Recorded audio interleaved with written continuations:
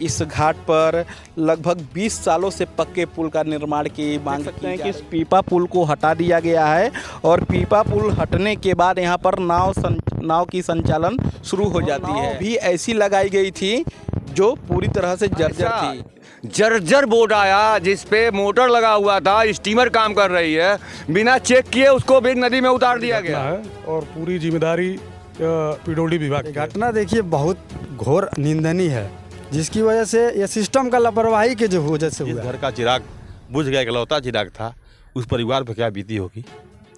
नमस्कार दोस्तों, और स्वागत है इस वक्त की एक बेहद दुखद और हृदय विदारक खबर में। उत्तर प्रदेश के चौरी चौरा से आई इस खबर ने एक बार फिर जिंदगी की अनिश्चितता और नाविकों की लापरवाही पर बड़ा सवाल खड़ा कर दिया है। गुर्रा नदी जिसने बरही और चौरी चौरा के लोगों को जीवन दिया, लेकिन यही नदी शनिवार को एक परिवार के इकलौते चिराग को लील गई। 28 घंटे का इंतजार, 28 घंटे की उम्मीद और परिवार की दुआएं भी आज जोगिया गांव में आकर टूट गई। जी हाँ, करही घाट पर नाव डूबने से लापता हुए 15 वर्षीय क्रिस चतुर्वेदी का शव आखिरकार आज जोगिया गांव के सामने नदी में तैरता हुआ मिला। जिस क्रिस को खोजने के लिए एनडीआरएफ की टीमें लगातार 2 दिनों से नदी की गहराई को खंगाल रही थी, वह मासूम आज खुद किनारे लग गया। घटना शनिवार की सुबह की है। राजधानी से 8 लोगों को लेकर जा रही नाव नाविकों की घोर लापरवाही के कारण अचानक टूट जाती है। लेकिन यह हादसा कैसे हुआ और कौन था क्रिस, यह जानना बेहद जरूरी है। क्रिस कुमार चतुर्वेदी अपने पिता मदनेश के साथ बड़ौदा में रहता था और हायर सेकेंडरी में पढ़ाई कर रहा था। वह पढ़ाई के साथ साथ खेलकूद और क्रिकेट की तैयारी भी कर रहा था। आपको बता दें कि मदनेश की 2 संतानें थी। करीब 5 साल पहले उनकी बेटी सोनी की भी एक गंभीर बीमारी के कारण मृत्यु हो गई थी। पूरा परिवार कुछ दिन पहले ही बड़ौदा से अपने घर आया था। परिवार के लोगों की माने तो क्रिस के पिता मदनेश राजधानी जाने के लिए घर से निकले थे, लेकिन अचानक प्लान बदला और उन्होंने बरही जाने का मन बनाया। यही वो क्षण था जिसने होनी को निमंत्रण दे दिया। नाव पर जब दुर्घटना हुई उस दौरान मदनेश, क्रिस और उनके भतीजे ओम सहित करीब 8 लोग करही घाट से नाव पर सवार हुए थे। नदी में नाव धीरे धीरे आगे बढ़ने लगी और नाव सुरक्षित दूसरे छोर पर पहुंच चुकी थी। नाव पर सवार लोग उतरने ही वाले थे, लेकिन दुर्भाग्यवश नाव सीधे घाट पर नहीं लगी और यही हुई घोर लापरवाही जिसने 14 वर्षीय क्रिस की जान ले ली। प्रत्यक्षदर्शियों के अनुसार नाविक ने नाव को सही से घाट पर लगाने की बजाय अचानक नाव में लगे इंजन को फिर से चालू कर दिया और इंजन के चालू होते ही नाव तेजी से पीछे की ओर जाने लगी और सीधे घाट पर बने ठोकर से जा टकराई। टक्कर इतनी जोरदार थी कि नाव की तलहटी में छेद हो गया और कुछ ही देर के अंदर नाव पलट गई। नाव के पलटते ही सवार लोगों ने अपनी जान बचाने के लिए पानी में छलांग लगा दी।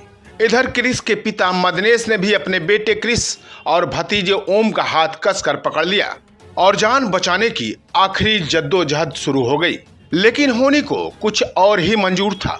नदी की तेज धार के बीच पिता मदनेश के हाथ से उसके इकलौते बेटे क्रिस का हाथ छूट गया और देखते ही देखते आंखों के सामने ही उसके घर का इकलौता चिराग नदी में समा गया। मजबूर पिता अपने कलेजे के टुकड़े को नदी में डूबता हुआ देखता रहा, लेकिन कुछ नहीं कर सका। बता दें कि नाव पर सवार विशाल, जो बसोही गांव का निवासी था, उसने तैरकर अपनी जान बचाने के साथ साथ कई और लोगों को डूबने से बचाया, लेकिन वह क्रिस को नहीं बचा सका। सोचिए उस परिवार पर क्या गुजर रही होगी जिसने शनिवार की सुबह बेटे को आंखों के सामने नदी में लापता होते देखा। हर बीते मिनट के साथ उम्मीद की डोर पतली होती जा रही थी। आज जब स्थानीय लोगों ने शव मिलने की सूचना दी तो एनडीआरएफ की टीम तुरंत मौके पर पहुंची, क्रिस के शव को बरामद किया। लेकिन यह कहानी यहीं खत्म नहीं होती है। अपने लाल को, अपने इकलौते चिराग को आखिरी बार देखने की जिद पर अड़े परिजनों के आग्रह पर क्रिस के पार्थिव शरीर को नदी के उस पार उसके गांव जोगिया ले जाया गया। जोगिया में एक दृश्य था जिसने हर किसी की आंखें नम कर दी। इकलौते बेटे का शव, रोती हुई माँ, बेसुध पिता और गमगीन गांव वालों की भारी भीड़। यह भीड़ सिर्फ एक बच्चे को नहीं बल्कि एक परिवार के भविष्य को विदा करने के लिए जुटी थी। फिलहाल झंगहा पुलिस ने क्रिस के शव को अपने कब्जे में लेकर पोस्टमार्टम के लिए भेज दिया है, लेकिन यह घटना नाविकों की मनमानी, सुरक्षा मानकों की अनदेखी और नदी घाटों पर निगरानी के सरकारी दावों पर एक बड़ा सवालिया निशान छोड़ गई है। तो चलिए आपको लेके चलते हैं ग्राउंड जीरो पर, जहां अश्वनी लोगों से बात कर इस घटना के बारे में विस्तार से जानकारी दे रहे हैं। साथ कुछ और लोग भी मौजूद हैं, आइए हम उनसे बातचीत करते हैं। क्या नाम है आपका? उपेंद्र पासवान। उपेंद्र जी, ये बताइएगा कि बहुत बड़ी घटना हुई है, क्या कहेंगे? देखिए, बहुत बड़ी घटना है और पूरी जिम्मेदारी पीडब्ल्यूडी विभाग की है। 1 वर्ष के लिए ठेका होता है पीपे का, और ये सड़ी नाव ले आके विभाग द्वारा चलाया जा रहा है, जबकि ऐसा नहीं होना चाहिए। इकलौता लाल था, वो अंडर 19 क्रिकेटर भी था वो लड़का, लेकिन दुर्भाग्य उसका है कि कुछ दिन पहले बड़ौदा से अपने घर आया था और अपने जनेऊ का पेन ड्राइव लेने के लिए वहीं जा रहा था। आपके चैनल के माध्यम से माननीय महाराज इसमें अवगत कराना चाहता हूँ, जो भी विभाग लापरवाही किया हो उसके खिलाफ कार्रवाई हो। और करही घाट पर, चूँकि बरही इंटर कॉलेज बहुत पुराना इंटर कॉलेज है, कम से कम 700 से 800 बच्चे पर डे, राजधानी हो, भरोहिया हो, जयराम कोल हो, राजी हो, वहाँ के लड़के यहाँ पढ़ने आते हैं। जब तक पीपा रहता तब तक सुचारू रूप से आते हैं, जब नाव चल जाती है तो सबसे बड़ी समस्या हो जाती है। तो मैं आपके चैनल के माध्यम से पूज्य महाराज जी से मांग करता हूँ कि यहाँ एक पुल का निर्माण हो, और अपने दोनों जनप्रतिनिधि माननीय सांसद जी से, माननीय विधायक जी से भी चाहता हूँ। चतुर्वेदी हमारा नाम है, हम जोगियाँ से बिलोंग करते हैं। और ये जो लड़का जो डूबा है वह हमारा भतीजा ही है, और विगत 15 साल हो गया यहाँ पे शारदा देवी ने यह निर्माण करवाया था पीपा पुल का। जब भी बाढ़ आती है, नाव की व्यवस्था होती है। 15 दिन पहले व्यवस्था सब सही थी, तार पे नाव चल रही थी। 8 दिन इसके मध्याह्न 15 दिन के अंतर्गत ही यह ऐसा जर्जर बोट आया जिस पे मोटर लगा हुआ था, स्टीमर काम कर रही है, बिना चेक किए उसको भी नदी में उतार दिया गया। और आज लगभग 10 लोगों का जान खतरे में था, जबकि आज मेरा भतीजा तो चला गया। हमारे भैया मदनेश चतुर्वेदी खुद ही अपने बच्चे को, भतीजे को भरपूर प्रयास किए बचाने के लिए। बचाते बचाते उन्होंने अपने भतीजे को बचा लिया, लेकिन उनका लड़का उनके हाथ से छूट गया और वह नदी में डूब गया। क्या नाम है आपका? प्रदीप। प्रदीप जी, ये बताइएगा कि जो कल की घटना हुई है, क्या कहेंगे? ये घटना देखिए बहुत घोर निंदनीय है, जिसकी वजह से ये सिस्टम का लापरवाही के जो वजह से हुआ। अगर जो सिस्टम यहाँ का सही होता तो नहीं होता। बाकी ये सीएम का ज़िला है, अगर यहाँ पे ऐसी घटनाएं कई बार हो चुकी हैं, एक बार तो हुआ नहीं है। ये हमें लगता है मेरे होश की वजह से 10 बार ये घटना हो चुकी है, सिर्फ सिस्टम की वजह से। ये पीपा पुल बना है आज से 20 साल पहले का आया हुआ है, पूरा जर्जर है। ये नाव लेकर आए हैं सब, ये सड़ा हुआ पूरा है।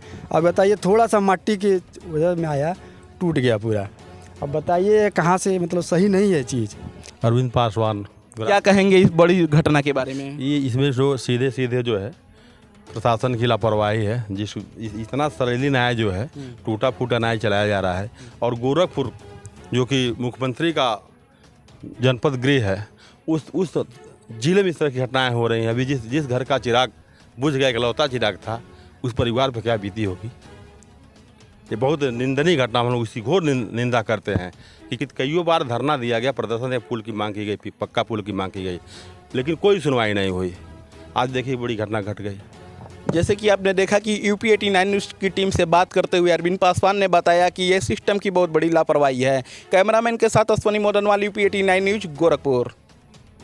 इस खबर के साथ अपने दोस्त और होस्ट ओम प्रकाश गुप्ता को दे इजाजत। हम फिर मिलेंगे एक नई खबर और एक नई कहानी के साथ। जय हिंद, जय भारत।